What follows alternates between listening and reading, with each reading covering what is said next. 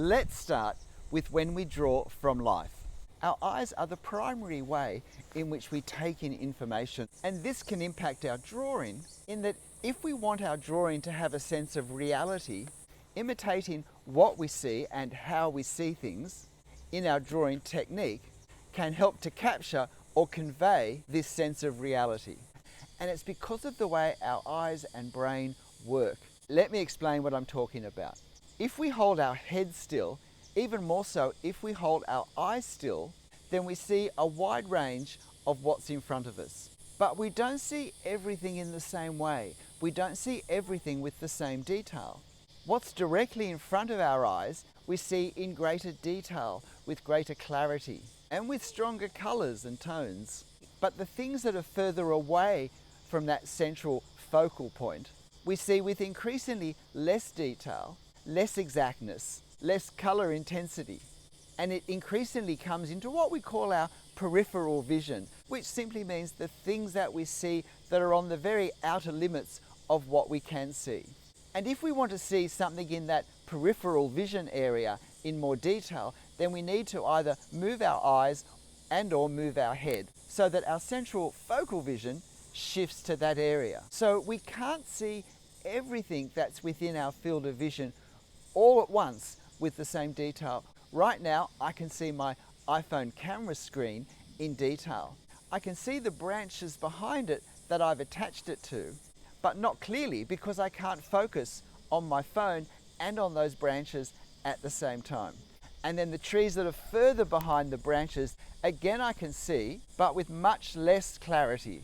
If I'm focusing on something closer to me, I can't see the things directly behind with the same detail. So although we feel like we see an awful lot very clearly all at once, this isn't strictly so. We only really see clearly and in detail in a small area directly in front of where we're looking. But in practice, we've become very used to and very good at moving our eyes and our head constantly from side to side, up and down, constantly changing where our attention is so that we can take in what's around us and respond to it appropriately. But when we draw from life, this habit of constant movement of our eyes and head can actually be a challenge for us in what we draw. Because when we draw a scene, unless it's a very small object directly in front of us, we will be constantly moving our head left to right, up and down, because we'll be wanting to see detail of one part of the scene at a time, then shifting the direction of our look to see a different part when we're drawing a different part. What this means is that the angle with which we see something changes as we move the angle of our head and eyes. And it may change a little or it may change a lot. It depends on what we're drawing and how close it is to us. Things that are closest or even surrounding us are affected most of all, which is why drawing an interior scene in life can be such a challenge, because every time we shift our head to see something clearer, what we're actually seeing changes. It can be very hard to combine all of these slightly or even largely different perspectives into the one drawing. Here's an example. Here's a hallway. Now imagine we're drawing this and we're looking straight at it, but in order to draw the ceiling, we look up. Where do we stop the ceiling coming overhead in our drawing? But let's look at the effect of shifting our head position. Let's move our head slightly to the left. Maybe 5 centimeters was all I moved. Now the angles are all changing. If I move it back to where it was and then another 5 centimeters the other way, look at how the angles of the ceiling change, how the perspective lines change so much. And of course, it's not just the perspective angles of the ceiling that changes, but if we come back down and if we start to tilt, the shape of the objects on the walls change as well.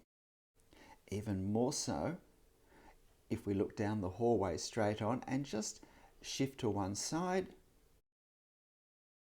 And now we turn our head slightly to those objects and they change shape dramatically. The same thing happens if we're looking down at the floor and we move our head even slightly from side to side. Imagine if we move our whole body as well as our head even just a few centimeters one way.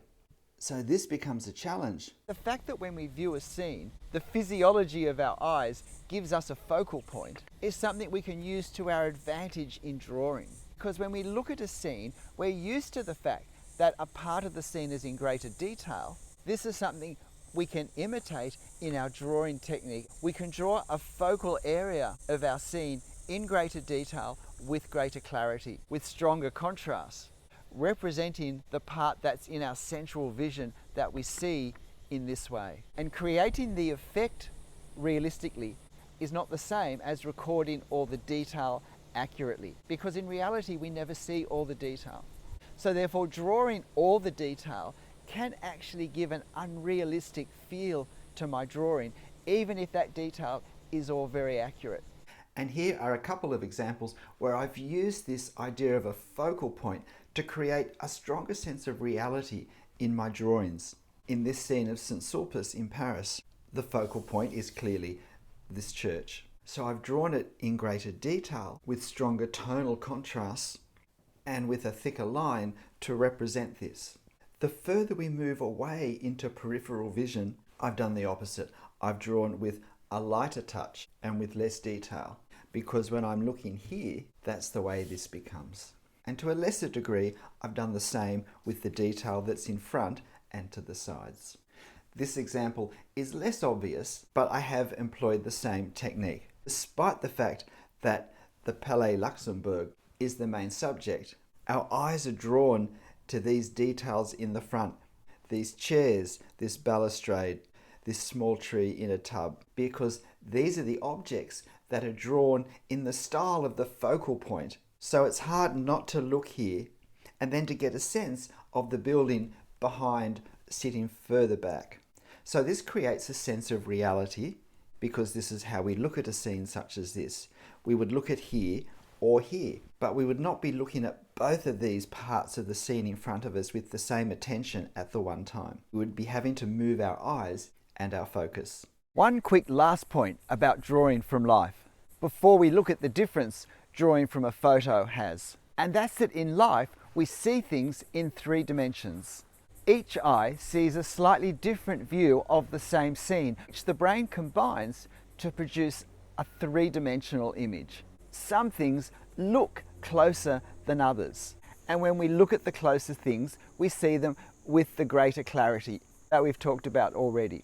And the closer an object is to the foreground that we look at, the more out of focus what's behind it becomes. But if we're looking a long way into the distance, if we're looking at more a landscape type view, then as the objects stretch away, they also become less clear, with less detail and with lighter tones. When we draw a 3-dimensional scene, one of the challenges we have to do is we have to convert it into a 2-dimensional format, a flat sheet of paper. And this is the reason why it's easier to draw from a photo than to draw from life. Because when we draw from a photo, the camera has already converted this 3-dimensional scene into a 2-dimensional format onto a sheet of paper. The camera has already done some of the hardest work, and it no longer concerns us whether we shift our head or our eyes slightly as we're observing our scene, because the flat 2-dimensional photo in front of us doesn't change at all, which brings us on to the advantages and challenges of drawing with a photo. Remember the challenge of trying to draw our hallway in life, where every time we moved our head slightly, we got a slightly different view. But that's not a problem with our nice 2-dimensional photo. Nothing moves, all the angles, all the objects stay exactly the same for the whole time we're drawing it. That gets the advantage of drawing from a photo reference out of the way. It doesn't move and it's already 2-dimensional. But there are 2 main disadvantages. The first is that a camera flattens all sense of depth. That while there is quite a distance between these front trees and these furthest trees, really, except for these closest trees, it really is a tangle of leaves. Even the leaves of this closest tree merge with the leaves of the trees behind and behind and behind. And so much detail can overwhelm us when we go to draw, particularly with trees. Because there is no sense of depth, all the various parts of this scene going backwards that we would not normally focus on. If I was viewing this in real life, I wouldn't be seeing this tree and this tree with the same focal range. One of them would be more detailed and one would be out of focus. All the various levels stepping back or forwards are all, if you like, brought together into one level, one two-dimensional level. So we have these two things happening. We have all the detail, and depending on the subject, often way too much detail being recorded that we can see all of all at once. We lose our sense of depth. Here's a video of that same photo, trying to create something of the effect of looking at it in real life by moving the camera around, which causes the more distant objects to move faster in relation to the closest objects, which helps to separate out the layers and give a sense of depth. So when we draw from a photo reference, one of the things we can do is to employ various techniques to recreate the sense of depth that we've lost from the way the camera records a scene.